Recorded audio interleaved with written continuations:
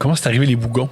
Si tout ce que tu racontes, on dirait que toutes les blagues ont été coupées, vous l'avez mis dans une seule série, vous avez fait. Moi puis François, on a des intelligences qui s'additionnent pas, se soustraient. Les bougons, c'est une idée de François. François, c'est la mère biologique des bougons. Moi, je suis le père adoptif.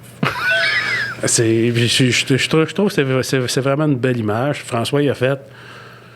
Elle dit, je suis en train de travailler sur quelque chose. C'est une famille de BS qui fourre le système. Et je trouvais que c'était vraiment une mauvaise idée. J'étais là, ah ouais, OK. Mais vu que c'était François, je savais que c'était pas vide, là. T'as confiance en son intelligence et sa créativité. Oui, mais je trouvais que c'était une mauvaise idée. J'ai fait, ah ouais, crime. Non, mais tu sais, ça va tout arracher. Puis, tu te fais, oui, je pense que oui, mais effectivement, ça va peut-être arracher nos têtes aussi. En tout cas, puis, il avait fait la Bible. Tu peux expliquer c'est quoi une Bible pour les gens qui nous écoutent? Ben, c'est toute la liste des personnages. Tu sais, comme Junior était maigre au départ. C'est quand on a vu Antoine que Junior a pris cette shape-là parce qu'il l'a tellement bien incarné en audition. On a fait, OK, ben ça va être lui, notre Junior. Mais au départ, il était maigre dans la Bible. Tu sais, parce qu'on voit ça souvent dans des familles peu fortunées. Il est un jeune, on ne sait pas trop pourquoi. Lui, il reste slim, peu importe ce qu'il mange. Il mange du Kentucky à côté, puis il reste slim. Tu sais, il déjeune au beigne, puis on trouvait ça drôle, cette affaire-là. Puis ben, c'est ça, c'est tous les personnages avec leurs caractéristiques, leur personnalité. Puis il avait écrit, je pense, un épisode. Et après ça, ben, on écrivait on se le passait. Puis François, il écrit trop long tout le temps. Fait que, tu sais, on coupait. Moi, j'ai critiqué pour ça à l'école. Je suis content d'apprendre ça. Mais, tu sais, t'as des demi-heures à faire. Il écrit 68 pages. Tu sais, tu fais... Ouais, OK, c'est parce que ça, c'est un film, là, tu sais, c'est... Puis là, ben moi, je coupais pour essayer de garder l'essentiel puis de garder la trame narrative. Tu sais, tu as deux choix, hein, quand tu coupes. Soit tu coupes des gags, soit tu coupes la trame narrative. Idéalement, tu couperais ni un ni l'autre, mais tu sais, tu fais... Faut que tu choisisses. Fait que tu essaies de garder les meilleurs gags, puis tu sais, donc les plus élevés. Puis tu veux aussi, comme auteur, le signer. Puis avec François, il y avait comme une surenchère de celui qui va devenir le plus odieux. Puis on se demandait s'il lisait à Radio-Canada. Fait qu'on mettait des affaires, des poursuites de F-18, puis des... puis là, on était là, ils vont capoter, là, tu sais, c'est sûr qu'ils n'ont pas eu budget pour ça, puis tout, puis tu sais, tout passait, fait qu'on était là, on va aller de plus en plus loin. Puis moi, quand je suis avec François, j'ai l'impression qu'il n'y a rien qui peut m'arriver. Et François, la même affaire pour des raisons différentes. Fait que quand je suis avec le gros Mercier, si la marde pogne physiquement, il va être là pour me défendre. Puis moi, je me permets d'être vraiment imbécile quand je suis avec François. Fait tu sais, on a vraiment une belle complicité. Bien sûr. Mais bien sûr. Pas parce que personne s'amuse que nous autres, on n'aura pas de fun. Là, fait que, ouais, non, c'est ça. Tu sais, c'est... Fait que, on a fait bien des conneries que je suis pas si à l'aise que ça de raconter, mais dans l'écriture, ça se reflétait aussi. T'sais. Comment Fabienne Larouche est arrivée dans le portrait? Moi, la première fois que j'ai vu Fabienne... Parce que c'est Fabienne Larouche qui produit les bougons. Tu sais que quand tu parles de Fabienne Larouche, tu t'exposes quand même. Là, moi, je disais tout le temps, il y a juste un gars qui me fait peur dans le showbiz, puis ce gars-là, c'est Fabienne Larouche.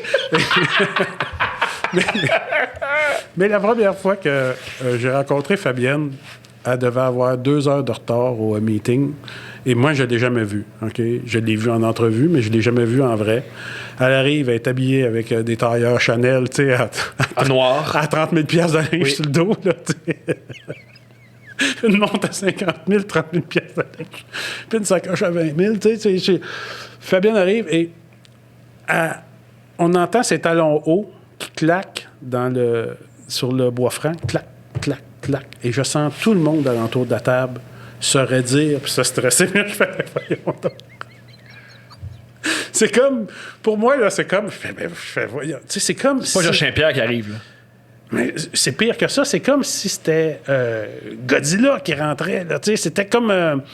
le vélociraptor, là, le monde vient comme inquiet, puis tout. Là, je fais, qu'est-ce qui se passe? Tu sais, c'est... Elle arrive, elle dit pas bonjour à personne, elle fait, OK, page 2, ça, il faut changer ça. Je pars à rire, elle fait, coudonc, il rit-tu de moi, lui? Je dis, ben, moi, c'est Jean-François, j'écris avec François. Elle a enchanté, Fabienne, Puis à partir de là, ça a super bien été avec Fabienne. C'est juste qu'il faut que tu acceptes certaines choses. Comme, si la ponctualité, pour toi, c'est quelque chose de très important, ben, tu risques de vivre des déceptions assez amères avec Fabienne. Fabienne t'apprend quand elle arrive. Là, c'est ça, être occupée. Puis, mais qu'est-ce qui fait que Fabienne a voulu produire cette série?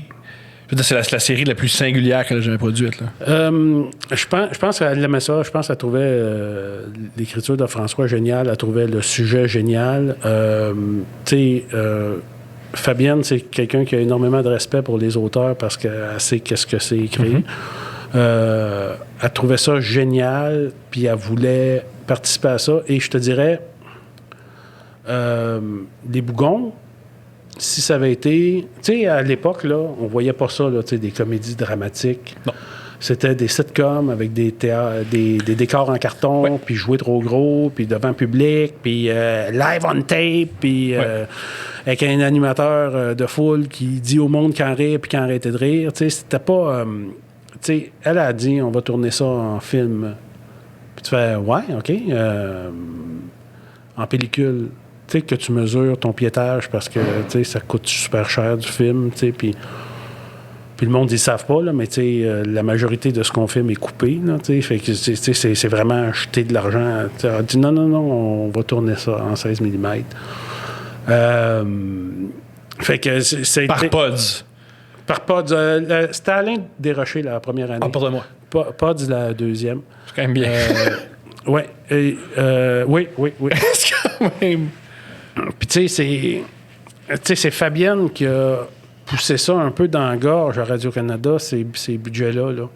Oh, wow! Elle a dit, tu sais, parce qu'elle avait une vision de ça.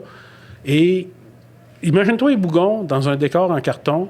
Comment est-ce que ça aurait été vulgaire, puis à quelque part insultant pour les gens? Bien sûr. Tu sais, ça aurait été une autre série complètement. Ouais. Ça n'aurait pas passé. Ça aurait été trop trash. Tu sais, ça aurait été...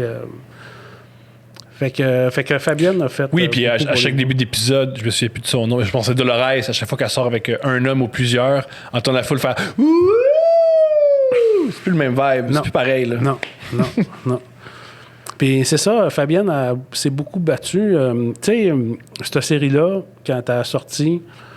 était attendue de pied ferme avant même sa diffusion. Là. Tout le monde réclamait la mort des Bougons avant même que ça soit diffusé.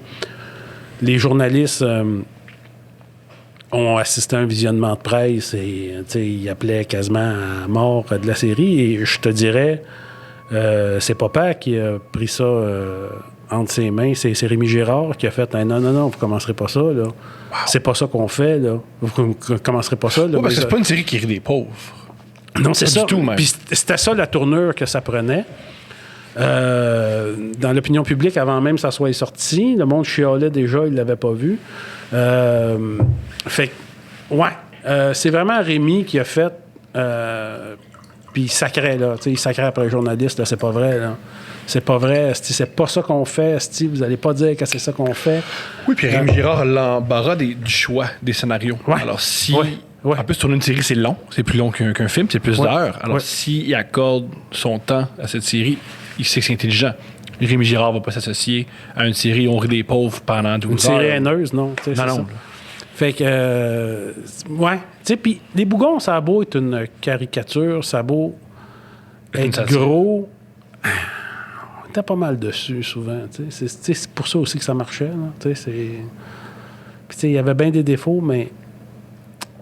Et former une vraie famille. Bien sûr. Ouais. Es-tu fier de cette c'est l'affaire que je suis le plus fier. Ouais.